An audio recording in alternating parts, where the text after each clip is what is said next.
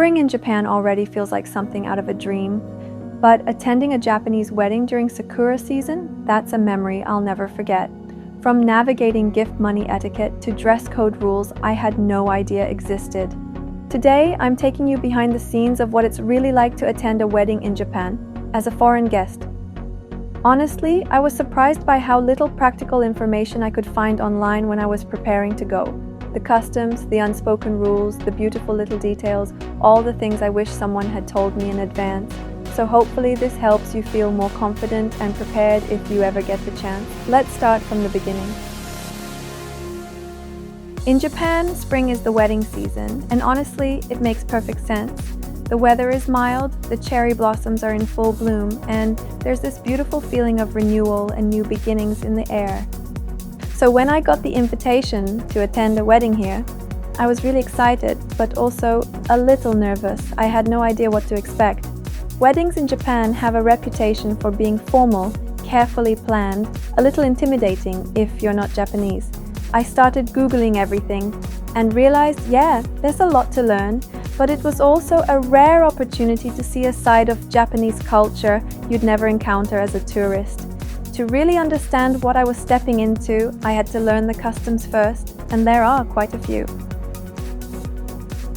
There are two main styles: traditional Japanese weddings with shrine ceremonies and kimonos, and Western-style weddings, which are more modern and often held in dedicated venues or chapels with white gowns and suits. Even when the ceremony follows a Western style, there's often a beautiful blend of Japanese tradition. The couple might wear a white gown and suit on the day, but still do a traditional kimono photo shoot beforehand. On the wedding day, it's usually only the mothers of the bride and groom who wear kimono. Everyone else, including guests, wears formal Western-style clothing, usually in muted colors, and even if it's a Western-style wedding, it still follows deep-rooted Japanese etiquette, especially when it comes to gift-giving and dress code, which brings me to one of the trickiest parts.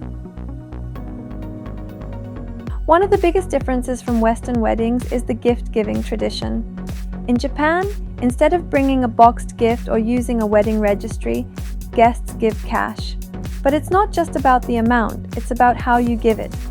The tradition is called goshugi, and it involves a specific envelope called a goshugi bukuro.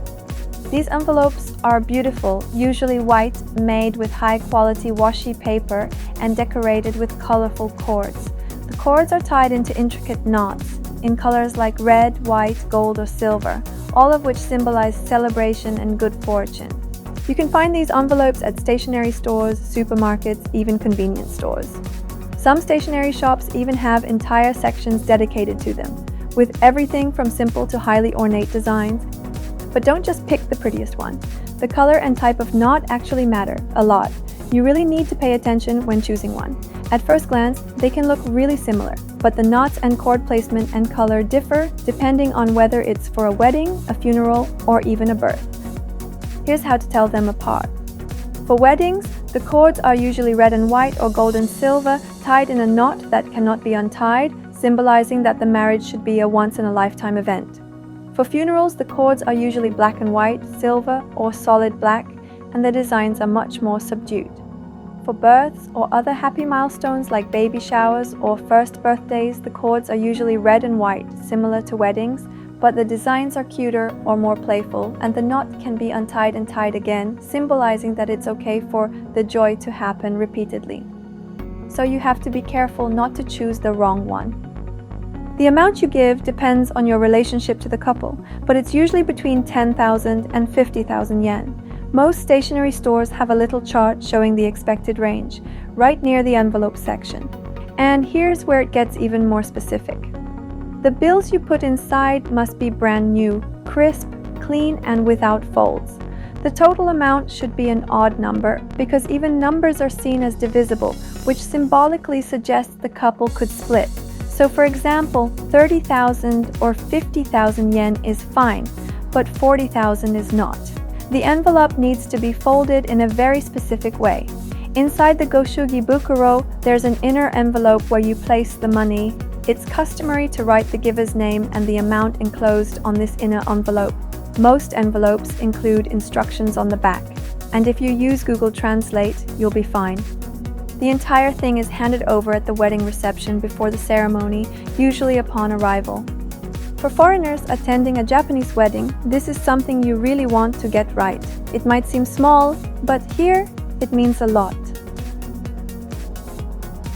Now let's talk about the dress code. This was honestly one of the most challenging parts for me. As a guest at a Japanese wedding, your outfit really matters. There are rules, lots of them. First, no white. Obviously that's reserved for the bride. But also nothing too flashy, too bright or bold prints. You're expected to dress conservatively. No deep necklines, no mini skirts, and ideally something that covers your shoulders. Wearing a shawl or a jacket is totally fine. You want to blend in, not stand out. Accessories should be minimal, and don't even think about animal prints, leather or fur. Those are a big no. Animal patterns can feel too aggressive, and leather or fur is often associated with death or cruelty, so they're not appropriate for a celebration like this. Also, no sandals or open-toed shoes. Even in summer, closed-toe shoes are considered more formal and you don't want to look underdressed. So for women, the safest bet is a midi or long dress in a muted color. And always bring something to cover your shoulders, just in case. One surprising thing I learned, wearing black is totally fine at weddings in Japan, but it has to be styled with light or non-black accessories, so be careful with that one. For men, it's usually a dark suit with a white shirt and tie, formal and neutral. No colorful blazers, bright ties, or anything too eye-catching. Basically, your outfit should say, "I'm honored to be here," not "look at me." Japanese weddings are more formal than many people expect, and the idea is to show respect not just for the couple, but for the occasion itself. So it's always better to be a little overdressed than too casual. After reading up on all the rules, I realized I didn't have anything in my closet that actually worked. So first, I went shopping.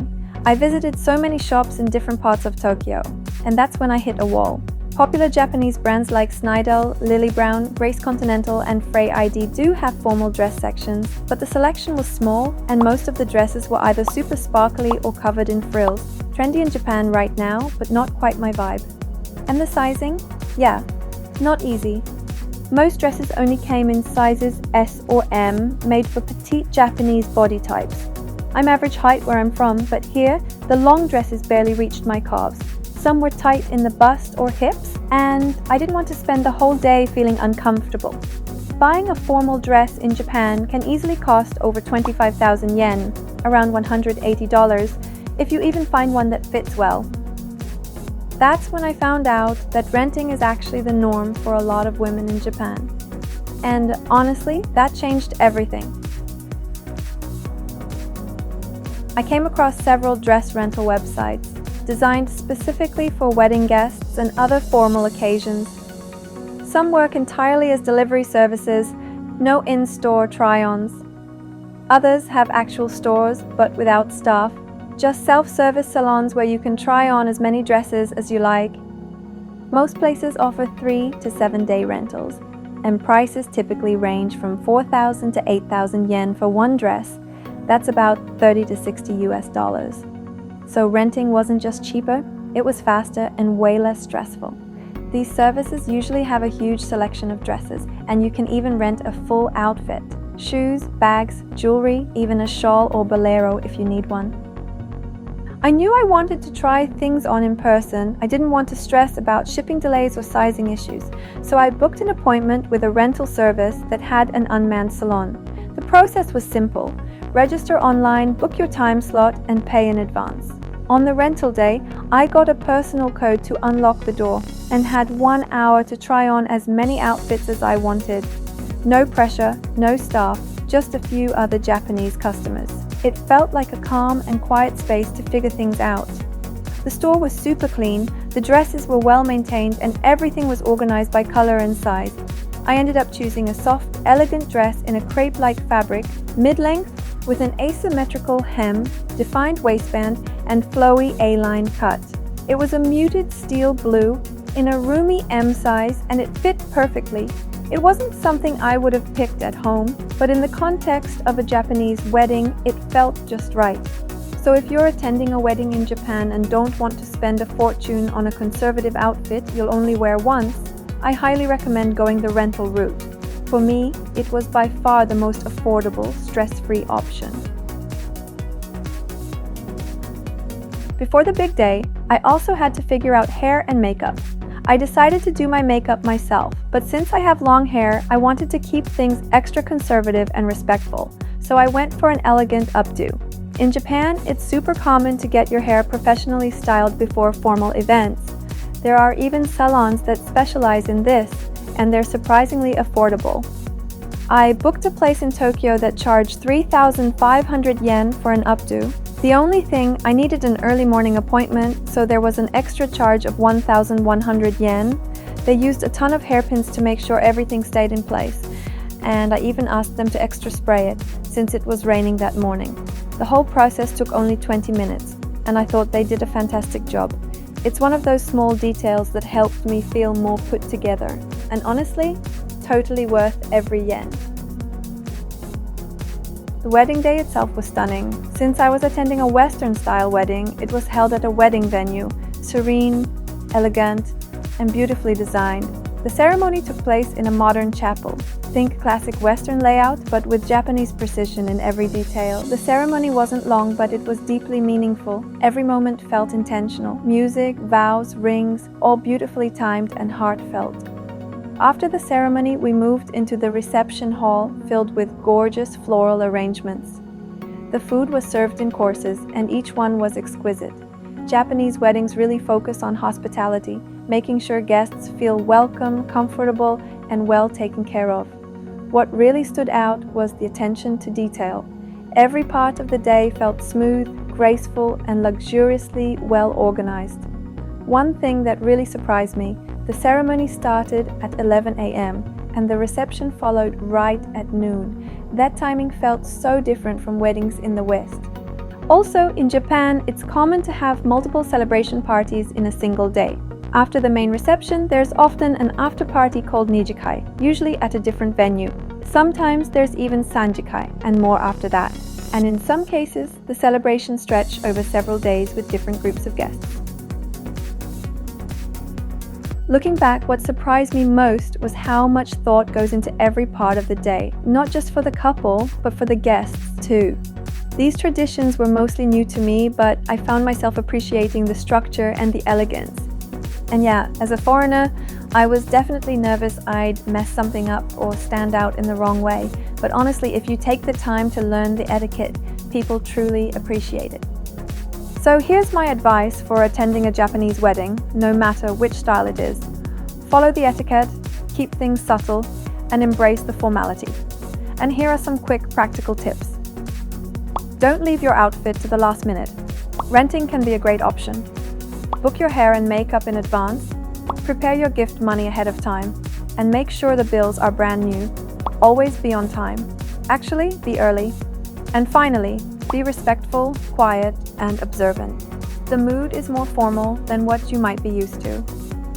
Attending a Japanese wedding, especially during Sakura season, honestly felt like stepping into a dream. It was elegant, emotional, and so thoughtfully planned. Different in many ways from what I grew up with, but also familiar in that universal way all weddings are, a celebration of love.